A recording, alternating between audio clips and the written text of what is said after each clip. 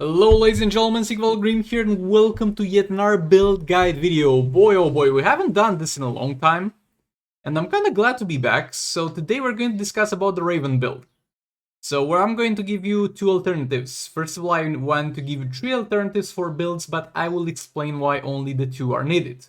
We're going to go into a damage dealer Raven build, and then we're going into a hybrid build. I'll tell you, of course, which build I do recommend to do. The builds will be calculated for level 70 gears and maxed out stats. That means a 6-star Raven by that, but that doesn't mean by any means that you can't use that with a 3-star Raven with level 40 gears. It's pretty much just guidelines and showing you the perfect moment. You don't even need to perfect the build. You just need to get as close to it as you feel comfortable with. This pretty much is giving you directions to know what to get. And I'm just going to use the maxed out stats as a canvas for it, let's say. But yeah, if you enjoyed this video, make sure you hit that subscribe button and let's get into it. Oh, and at the end I'll talk a little bit about themes and artifacts also. Okay, so first of all, let's talk a bit about the base stats. The base stats are the stats that the character is going to have without anything. I mean, this is not possible because they will have by default something on gears, but let's say the gear rolls were non-existent and we would have just the gear base stats and the base stats of the character at level 70 with level 70 gears. Those base stats that are not changeable are going to be 4092 attack. That's a pretty high one, by the way. 26,800 health, 39 defense, 27 crit chance, 175 crit damage, and 1% fast attack base chance. So yeah, this is pretty much the base that we're going to put our builds on. Those stats are not changeable. You're going to have those stats by default. So we will see in the builds that are to come what we should add to get those stats to the maximum potential in terms of her needs. So first of all, we're going to have the level 70 gears damage dealer build. The damage dealer build is going to focus on getting maximum crit chance and crit damage and fast attack chance, because she does need fast attack chance because that scales with her special one, and she does a lot of damage with attacks. And also the fact that she does a lot of damage with attacks and the fact that she will use most likely Beta Club as a damage dealer makes her also have to have armor pierce on basic attacks, because the dot on the Beta Club and her damage overall is kind of dependent on how much damage she deals on basic attacks. So that will also bring a need for armor pierce on talents, which are the most important thing to get and one of the hardest things to get in Just 2 Mobile. But nevertheless, your build is going to look like this. 4 epic armor pierce talents, 2 epic critical attack damage talents, 2 critical attack damage rerolls, 3 critical attack chance rerolls, 4 fast attack chance rerolls, and 6 attack rerolls. If you get all of this perfectly, again, you don't have to. You're going to end up with 300% critical attack damage, 96% armor pierce on basic attacks. By the way, the critical attack damage is 303. Actually, it's overlapping by 3%, but that's not a big deal. Next time, we're going to get 75% critical attack chance, actually 78, overlapping by 3%. Again, not a big deal.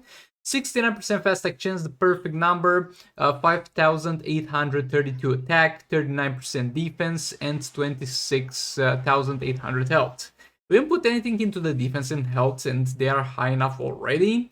The critical attack chance, critical attack damage are capped. The fast attack chance is at 69, where it's the sweet spot. It's not really worth to get anything in addition for that. The attack is just whatever we had left over. And when building this build, again, you don't have to go for the perfect scenario. You need to focus on the percentages. Get your max critical attack chance, critical attack damage, fast attack chance, and armor pierce on basics. The attack is the least important. If you have those maxed out, but only the base attack, you'll still deal a ton of damage, and that's not very important. Get the base attack, so that's what you should be focusing on. And really focus on armor pierce on basic attacks. It's going to be very, very important if you want her dealing any damage. That's pretty much the armor pierce on basic attacks, pretty much the only talent in the game that's really worth dropping tons of credits into. But yeah, all that being said, let's get to the second build, the hybrid build, which is actually the one that I do recommend.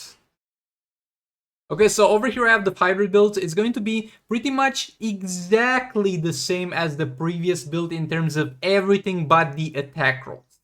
This one will not have any attack rolls on the gears and instead will have some defensive stats.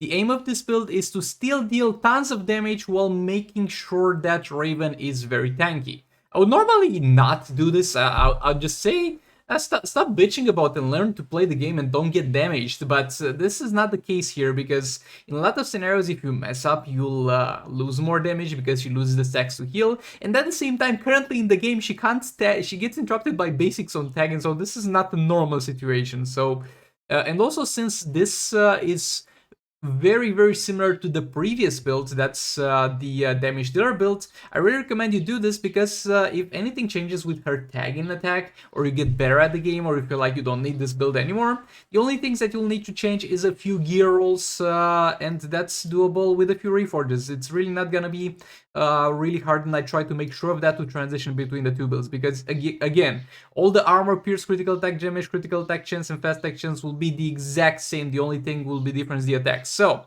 we're going to have the following yet again: 4 armor, pierce on talents, 2 critical attack damage talents, 2 critical attack chance rare rolls, 3 critical attack chance rare rolls. Wait, previously 2 critical attack damage. Sorry if I said chance there. You'll have them on the screen if I mess up, okay? 4 fast attack chance rare rolls, 2 defense gear rolls, rare rolls, and 4 health rare rolls. Let me correct something over here. I'll correct afterwards, but yeah, with this you're going to end up yet again with 300% critical attack damage, 303 overlapping by 3, 96% armor pierce on basic, 75% again 78 actually overlapping by 3 the cap, 96% fast attack chance. So far it's exactly the same as the previous build. And then you'll end up with 73% defense and 38,400 health and 4,092 attack. Look, now this build is flexible. I wouldn't touch the defense side of it if I was you. I would leave the defense over there. But if you're doing this build, haven't played with this build myself so far, I can assure you it's the correct build, but what I can't tell you is how many health rolls are enough. It's pretty much the same deal as Entangling Poison Ivy in the League of Anarchy. How many health rolls does she need? Well, in theory, 1. If you play the game very, very well, maybe 2, maybe 3, maybe 4, depends on you. So I'm just gonna leave it in this build at 4 health rolls. But since you have such a huge amount of health, if you feel like you're really not dying and you don't need that many health rolls, you can convert them back into attack.